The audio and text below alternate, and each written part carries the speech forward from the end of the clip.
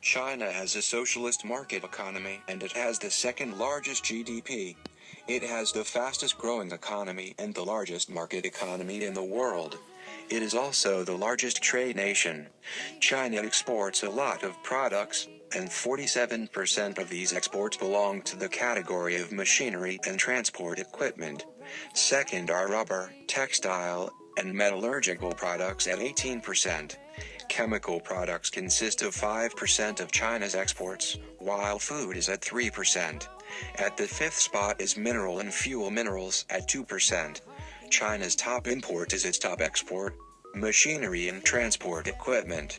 At second place are non-edible raw materials at 12%. Chemical products, mineral and fuel materials, and textile, metallurgical and rubber products are all at 11% each.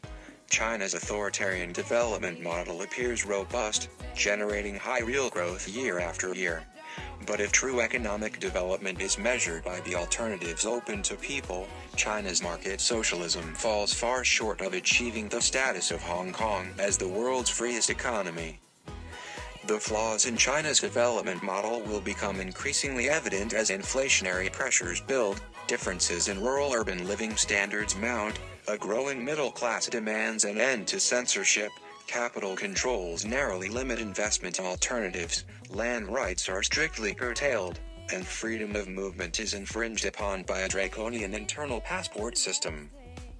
Without the freedom to openly criticize the Chinese Communist Party's monopoly on power, people won't be free to choose preferred alternatives, including a genuine rule of law that protects life, liberty, and property. Without capital freedom, people won't be free to choose investment alternatives that make them better off than the negative real returns on holding deposits at state-owned banks.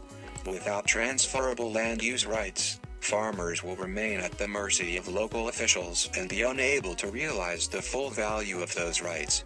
And without the freedom to move and to be treated equally under the law, the divide between those holding urban resident permits and non-holders under the hukou system will continue to foster social unrest.